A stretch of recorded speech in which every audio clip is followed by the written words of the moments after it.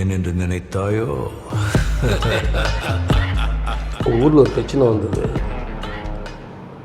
மச்சனை வந்து ஒருத்தர் அடிச்சிட்டார், பெரிய அளவு. கடைசியில் ஒரு வார்த்தை கேட்டார், சார் 4 பேர் இருக்கு, என் முன்னாடி நான் நீ என்னடா கேட்குறதுன்னு கேட்டேன். அப்படி நின்றுட்டான் அந்த ஆள்.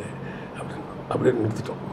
அதுக்கப்புறம் தான் கடைசி நாள் கிளைமேக்ஸ் எல்லாம் முடிஞ்சோடனே சண்முகம் டைலாக் எடுத்துடலாம். என்ன தெரியுங்களா, அது என் தங்கச்சி கண்ணிலேருந்து ஒரு சொட்டு கண்ணீர் வந்தது, உடம்புல ஒரு சொட்டு ரத்தம் கூட இருக்காது. நீங்கள் படம் பாருங்க எப்படி இருக்கு. இது எங்கேயோ நடந்தது, அம்பாசிடர் பண்ணுவாள் அந்த சீன், எண்டிங் அங்கே நடக்கும். இப்படி அவரை வந்து கூட பேசி பேசி பேசி இன்வால்வ் பண்ணிட்டோம் அப்படின்னா அப்படியே போயிட்டுருக்கோம் சார். சூற்று, அதாவது வந்து என்ன வந்து ஊற்று ஊற்று ஊற்று ஊற்று மாதிரி போய்ட்டு, அப்படி ஒரு சின்சியர் மேன். இது நானும் நிறைய பேரோட மற்றவங்களை குறை சொல்ல விரும்பலை. நான் பார்த்து நிறைய பேரோட நான் ஒர்க் பண்ணியிருக்கேன். ஆனால் இதுவே, ஆனால் இவரை பற்றி அங்கே சொல்கிறவங்க யாருன்னா டேனி சொல்லுவார். டேனி வந்து உங்களுக்கு யாருக்கும் வந்து பழக்கம், நிறைய பழக்கம். ஒரு பீர் ஃபேக்ட்ரிலாம் சொந்த ஃபேக்ட்ரி, நல்ல படிப்பாடு, தத்துவமெல்லாம் நிறைய படிச்சு. அவர் எவ்வளோ சொல்கிறாரு, he is wanted for India, man. You ask him not to drink too much. You tell him whenever you find time, you tell him, yes sir, I am always telling sir, he is completely reducing it, sir, அப்படின்னு சொல்லி சொல்லுவாங்க. அது சத்ரு சின்ஹா இவங்கெல்லாம் வந்து இவர் வந்து மேலே வந்து இவருடைய sincerity, we cannot work like that, sir. He is very sincere. Yes, he is accustomed to that அப்படின்வாங்க. அதுதான் அந்த அந்த இங்கிலீஷில் அவங்க சொல்லி, அது உண்மை சார். இது வந்து என்ன சொல்லுவாங்க sir? he is accustomed to work like a machine. Okay. First work அப்படியே பழக்கப்படுத்திக்கிட்டு பழக்கப்படுத்தி இது இன்னொருத்தர் சொல்லி வராது. இது பண்ணி கரெக்ட். அதாவது பாவா பாருங்க, ஒரே 1 லட்சம் ரூபாய் தான் அவருக்கு ஏதோ பேலன்ஸ் இருக்குது, அவர் கேட்கல. அது பொகடே சார் வந்து சொன்ன அந்த 1 லட்ச ரூபா ரஜி சாருக்கு வந்து கொடுக்கணும், அவர் கேட்க மாட்டார், நம்மளே கொண்டு போய் கொடுத்துடலாம் அப்படின்னு. சரின்னு போனால் இவர் வீட்டில் இல்லை, சத்யநாராயண சார் இருந்தார், பண்டில் எடுத்து அப்படியே சிட்டி பேங்கில் அதை கட்டணும், அவங்களே கட்டுறாங்களா நீங்களே கட்டுறீங்களா அப்படின்னா, அப்போ திருப்பி அவரே சொல்கிறார்ல, நீங்கள் வாங்கி கட்டிடுங்க அப்படின்னு. இப்படி இந்த பேமெண்ட்ஸ் விஷயத்தில் கூட சார் அவங்களுக்குள்ளே வந்து எல்லாமே இதுவாக இருக்க டக் டக் டக் டக் டக்குன்னு எல்லாமே முடிஞ்சிடும். மற்றதெல்லாம் நீங்கள் பார்த்தீங்கன்னா அவர் வர்றது போகிறது பேசுறது ஒரு மாதிரியே இருக்குல்ல. இவர்கிட்ட மட்டும் வந்து 8ஆம் தேதி எங்கே ஷூட் பண்ண போகிறீங்க, நீங்கள் குஜராத்தில் ஏதோ ஒரு சின்ன பள்ளத்தாக்கில் ஷூட் பண்ண போகிறீங்க, அந்த பள்ளத்தாக்கை பற்றி அவர் வந்து யாரோ ஒரு கேட்டு தெரிஞ்சுக்குவார், ஆனால் அங்கே வந்துடுவார். இதுக்காக ஒரு குரூ ஒர்க் பண்ணி அவரை போய் ஏர்போர்ட்லேருந்து அவ்வளோ சிம்பிள்.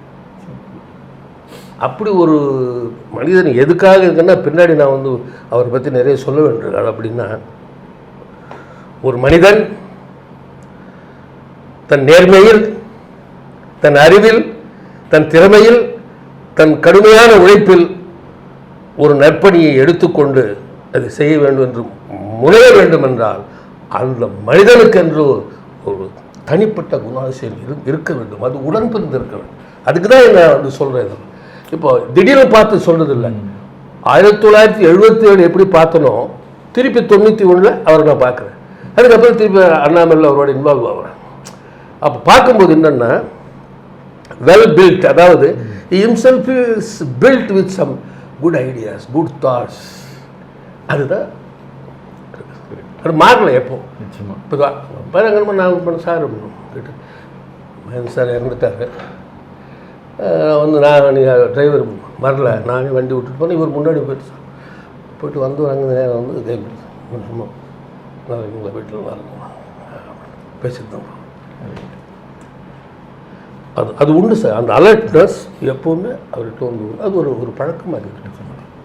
அதை பற்றி அவரை பற்றி நம்ம சொல்கிறதுக்கு வந்து வேற பற்றி எங்களுக்குள்ள எப்போ அப்போது அந்த 9 வருஷம் ஒரு கிட்டத்தட்ட பாம்பேயில் இருக்கும்போது டெய்லி மீட் பண்ணுற ஒரு சந்தர்ப்பம் இருக்கும். இங்கே மீட் பண்ணலன்னா கூட அந்த அந்த அந்த அந்த வந்து ஒரு அன்பு, அந்த பண்பு அதெல்லாம் வந்து மாறவே. இதில் அடுத்த கேள்வி நீங்கள் கேளுங்க சார். இப்போ நீங்கள் அந்த அண்ணாமலை படத்தை வந்து அந்த நல்ல சிற்பத்தை செதுக்கிற மாதிரி இன்றைக்கி வந்து அந்த உங்களோட ஸ்க்ரீன் பிளே டைலாக் எல்லாத்தையும் செதுக்கி கொண்டு வந்தீங்க. உங்களோட இமேஜினேஷன் தகுந்த மாதிரி நம்ம சுரேஷ் கிருஷ்ணா சாருடைய ப்ரெசன்ட் அவருடைய கான்ட்ரிபியூஷன் எப்படி? Excellent sir. அதாவது சுரேஷ் வந்து கிட்டத்தட்ட உங்களுக்கு வந்து ஒரு ஹாலிவுட் டைரக்டர்னு சொல்லலாம்.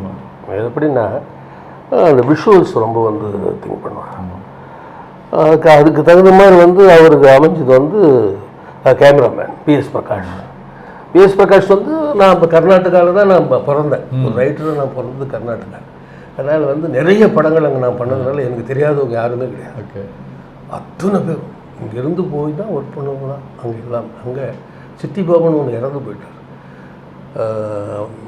நாகராவ் படம் பாருங்கள், now you see the film. அவர் தமிழர் தான் சித்தி பாபு. அதே மாதிரி பிஎஸ் பிரகாஷ் இங்கேருந்து போனோம், தெலுங்கர். இங்கிருந்து தான் போயிட்டு அங்கே செட்டில் ஆகி பண்ணோம். கையிலே சார் அப்படியே இருக்கவர் சார் அப்படி அவர் இவர் செலக்ட் பண்ணி சொல்கிறாரு. யார்? சுரேஷ் சார் வந்து ரஜினி சார்கிட்ட சொல்லியிருக்காரு.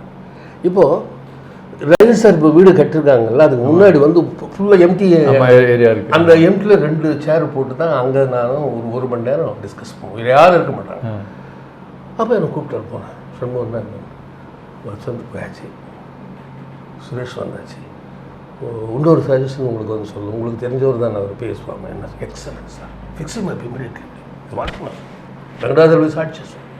அவர் ரஜினி சார் என்ன கேட்டார், என்ன எப்படி இருந்தார் சார்? வந்து ஹெச்எம் ரெட்டியினுடைய பேரை, அவர் பேர் எனக்கு மறந்து போச்சு, cameraman, excellent cameraman. HM Reddy உங்களுக்கு தெரியல, முதல் வந்து டாக்கி சினிமா வந்து பேச ஹெச்எம் ரெட்டி தான்.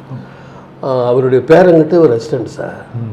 அவ்வளோ பெரிய புட்சாலி சார். டைரக்டருக்கு வந்து ராஜகுமாரனுடைய சங்கர் குரு திருச்சொல்லும நீங்கள் வாங்கி எடுத்தாங்கல்ல, எங்கள் எம்ஜி சுந்தர் ஸ்கிரிப்ட், நான் ஒர்க் பண்ண ஸ்கிரிப்ட். அதில் வந்து அப்படியே ஒரு ஒரு பேரன் கேரக்டர் சுத்தமாக அப்பாவும் தாத்தாவை சுற்றி வருவான் சார். இப்போ ஒரு கிராஃபிக்ஸ் இருக்குது, அவ்வளோ பிரமாதமான அந்த குரூப் சார் இது அப்படின்னு சொல்லி சொன்னேன். அது ஓகே ஃபிக்ஸ்.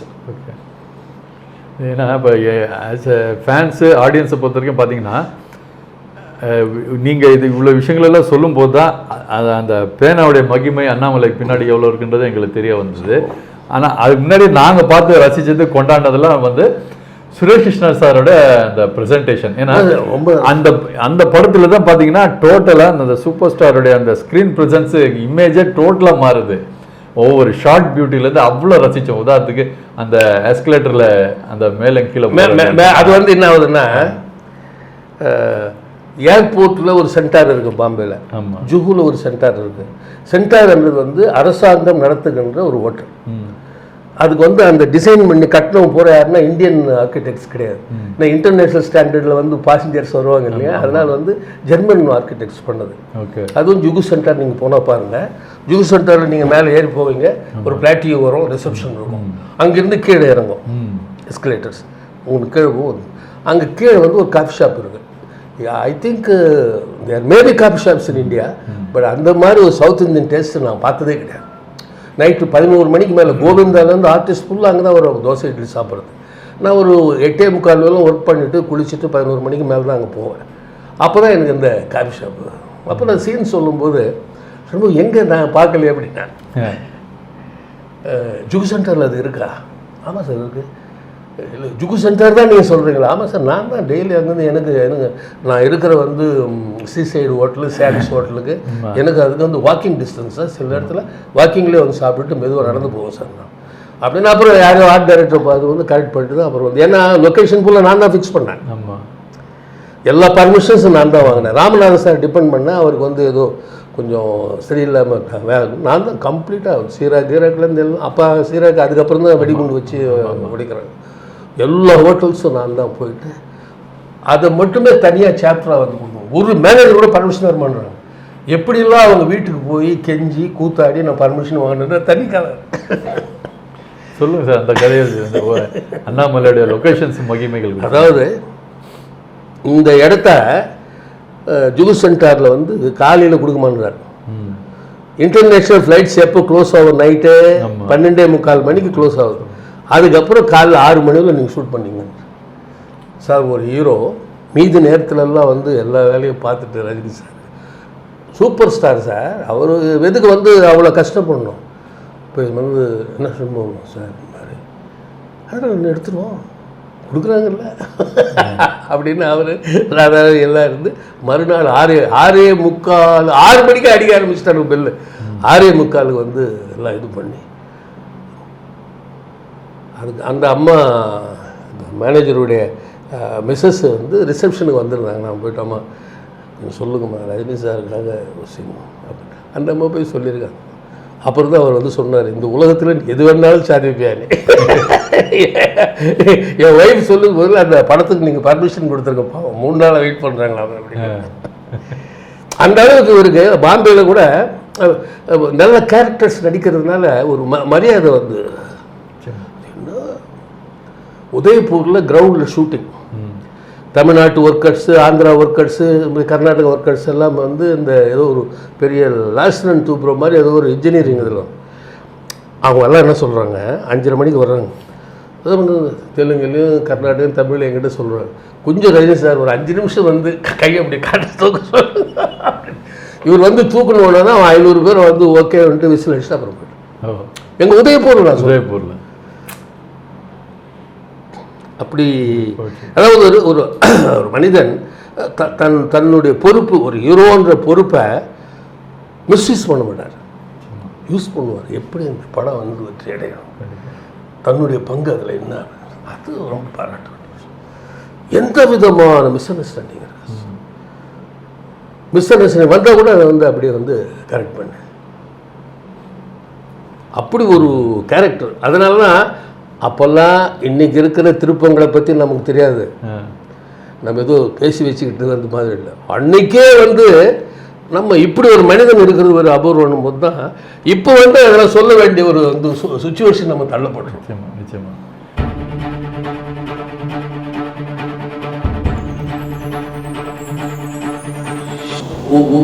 ஒரு ஸ்டெப்பு ரஜினி இவர் சரத்பாபு இடம் வரும்போது ஒரு கட்டையை வந்து இழுத்துருவாங்க, கேமரா அவுட், ஜக்கு இல்லாமல் போயிட்டு பெரிய டெக்னிக்கல் பண்ணாரு. பாருமா, இப்போ வயசு இருக்கு ஒரு 2 வயசு, நீ என்ன நினைக்கிறியோ இதுதான் சரி நினைக்கிறது வயசு. இத யாராவது சரியில்லை, நீ நினைக்கிற சரியில்லைன்னு சொல்லி சொன்னா உனக்கு தப்பு சொல்லாது. நீ நினைக்கிறதா சரி. நான் என்ன சொல்றேன்னா அது கௌசல்யம் தான் அவசியம்.